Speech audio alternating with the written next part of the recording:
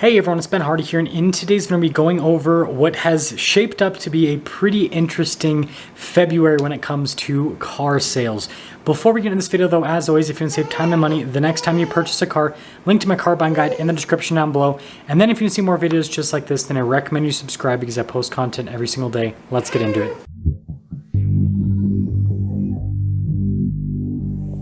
Before I dive into what I've been seeing anecdotally, I want to quickly go over Cox Automotive's market forecast for February. So this is their estimate in terms of what February is going to look like as a sales month for car dealers.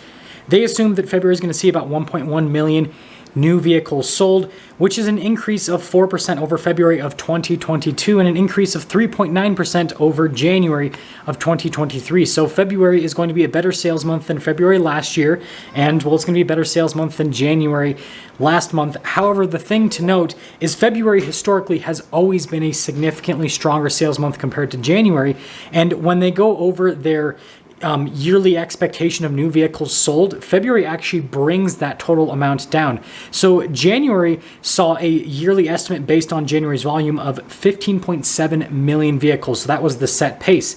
But with the estimates for February, it brings it down to 14.4 million new vehicles. So what this means is that, well, February is better than January because that's just always what happens. However, this February isn't as good as historical Februaries are when you compare them to historical Januaries. Now, before we dive into what I have been seeing anecdotally within the sales month of February, I do want to mention that once Cox Automotive releases their full market report for February, which will probably take a week or so, I will be going over that. Now, let's start with what I've been seeing in the used car market. So I've mentioned over the course of several videos that the used car market's kind of flipped in a way where prices are starting to go back up, at least on the wholesale front. Retail prices haven't really increased all that much. And overall availability of used cars has been slightly declining, and that's a big part of the reason why these wholesale prices have gone up. And so it's kind of, basically created this, platform for the used car market where, again, it's not falling like what it used to be. And there are some pretty interesting things that I've been seeing out there. So first off, dealers have been telling me that they haven't been struggling to sell used cars anymore. Again, over the course of pretty much the second half of last year, used cars became harder and harder to sell. And now what dealers are saying is that not only are they easy to sell, but they don't really have to negotiate all that much off of the prices of used cars. People are just coming in and they're paying the prices. And the thing that I find absolutely fascinating and then also terrifying is that a lot of these used cars that are being sold for prices that are pretty close to brand new. And I'm not talking about brand new like a few years ago when those cars were brand new. I'm talking about like brand new today. Dealers have told me that there are cars that they will sell that they also sell brand new, and the used version, the person will pay the price that they are asking, and that person could buy that same exact car that same day for significantly less money or the same amount of money in some cases, depending on how crazy the market is with the car. And so what I'd have to say with this information is, if you're shopping for a used car, make sure you always look at the price of what the new ones are going for. This is a huge mistake that I frankly saw when I worked in the car business as well, that people would make, is they'd go in and they would be like, okay, I can only afford used. That's the mentality. And so they'd only look at used, and they'd end up, in my opinion, overpaying for a used car, because it's like, why would you not go for the brand new one that has more warranty coverage, right? Because it's brand new versus used. And on top of that, right, it's brand new. So like, you are going to be the one that puts all the wear and tear on it. You're not buying someone else's problem. So that's the first thing, is the used car market. It's pretty robust throughout the entire course of February, and it seems like that trend is going to only continue into the future because availability right now is not great with used cars, and people are willing to pay the prices. Now, when it comes to the new car market, it's a little bit more of a mixed bag. So there are some brands that are still pretty constrained, and so not only do they still have pricing power, but on top of that, they still have like just big long wait lists of people, and so they don't really have inventory. But the thing that I do want to mention is I've noticed that a lot of markups on cars, even with brands that are still constrained, are going away. And the reason why these markups are going away is because these dealers are realizing that if they want these people to actually take delivery of their vehicles, and if they want to keep this like line of people going, they need to bring the prices down. And so I've seen a lot, not all, but a lot of these markups either shrink or just completely go away altogether. And so some real life examples that I can give you is with Lexus, for example. Lexus is a brand that's still pretty much sold out for the most part. And so Lexus dealers were obviously marking up their cars. But what I'm starting to notice is on most models, not only are there not markups, but on some models, there's actually some slight markdowns, which is kind of interesting because, again, it's a brand that's constrained where there's not a lot of supply. And I can tell you that is definitely affecting me because, like, on the main channel, I don't have any. I have Lexuses that I want to review, but I don't have any that I can go and review because supply is just not there right now. And then on the other side of things, there are some manufacturers that have had pretty big inventory buildups. So think like Stellantis. On the luxury side, BMW's got pretty decent inventory. Mercedes has not a ton of inventory, but they've got some inventory levels. And then back on like non-luxury again, you've got like General Motors brands like Buick, for example. They've got like the highest inventory right now in the market.